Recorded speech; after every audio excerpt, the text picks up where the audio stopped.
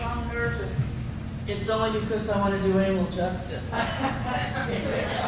But first of all, before anybody had tender moments to share, I have to share this with you.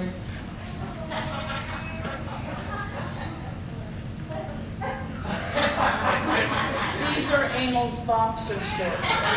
If he was here, this is what he'd be wearing. I'll just leave that there so you can think about that.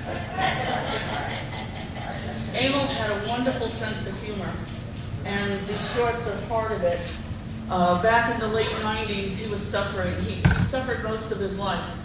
He had a bed sore that was really bad, and he thought I knew a little bit about medicine. I had been a vet tech, and I worked at hospitals, and I do therapy of sorts.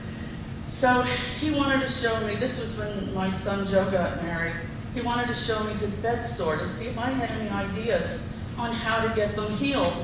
So the bed sore was quite low, and he pulls down his pants to show me his bed sore. And so Emil, he loved to embarrass me at any chance he could.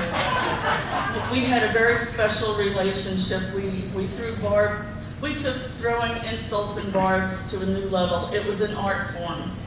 And Emil only had to look at me and raise his eyebrows, and I would just burst out laughing because I knew something was coming.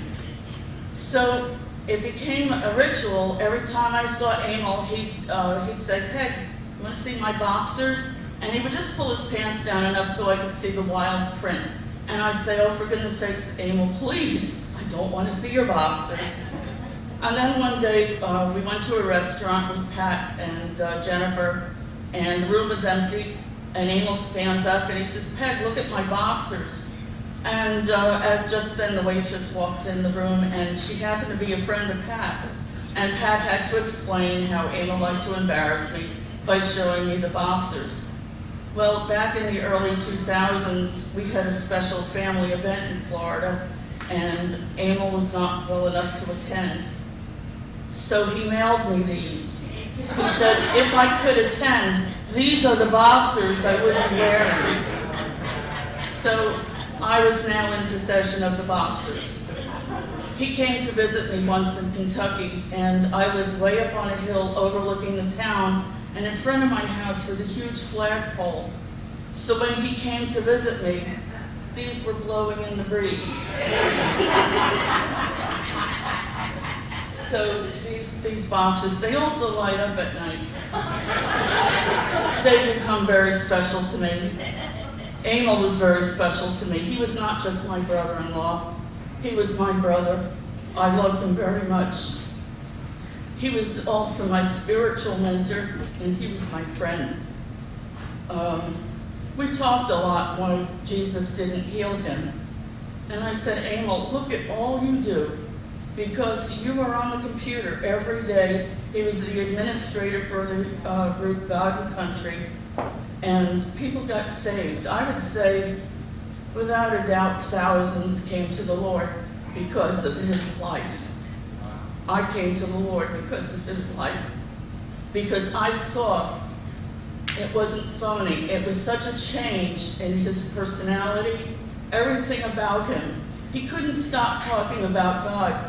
And before we were saved, we thought he was nuts. And he dragged me to the Love Church, and they had a film, A Thief in the Night. Scared me to death. So much so, I got saved.